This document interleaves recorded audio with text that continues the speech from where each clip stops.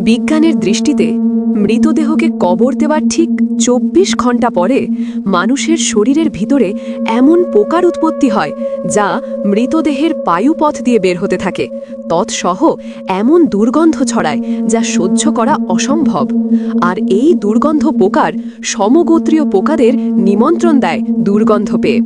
সমস্ত পোকামাকড় খেয়ে মানুষের মৃতদেহের দিকে যাত্রা শুরু করে, আর সবাই মিলে মানুষের মাংস খাওয়া শুরু করে।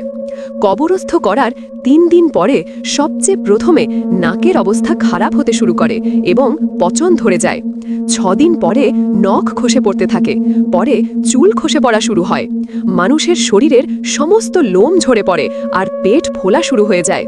১০ দিন পরে পেট ফেটে যায় আর শরীরের ভিতরের সমস্ত অংশ বাইরে বেরিয়ে আসে। ৭ দিন পরে মৃতদেহের শরীরে সমস্ত মাংস শেষ হয়ে যায়।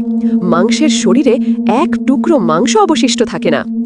২০ দিন পরে সমস্ত হাড় একে অপরের থেকে পৃথক হয়ে যায়। ১ বছর পরে মানুষের শরীরের সমস্ত হাড় মাটির সঙ্গে মিশে যায়, আর যে মানুষের মৃতদেহ কবরস্থ করা হয়েছিল তার সমস্ত অস্তিত্ব মুছে যায়।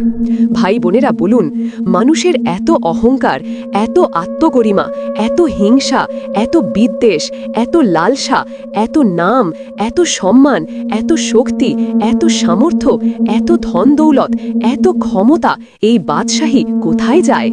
সব কিছুই মাটিতে মিশে যায়। মানুষের অস্তিত্ব বাকি আছে, মাটি থেকে সৃষ্টি মাটিতেই মিশে যায়। অতএব আপনার কিভাবে চলা উচিত তা কি আর নতুন করে বলার দরকার আছে?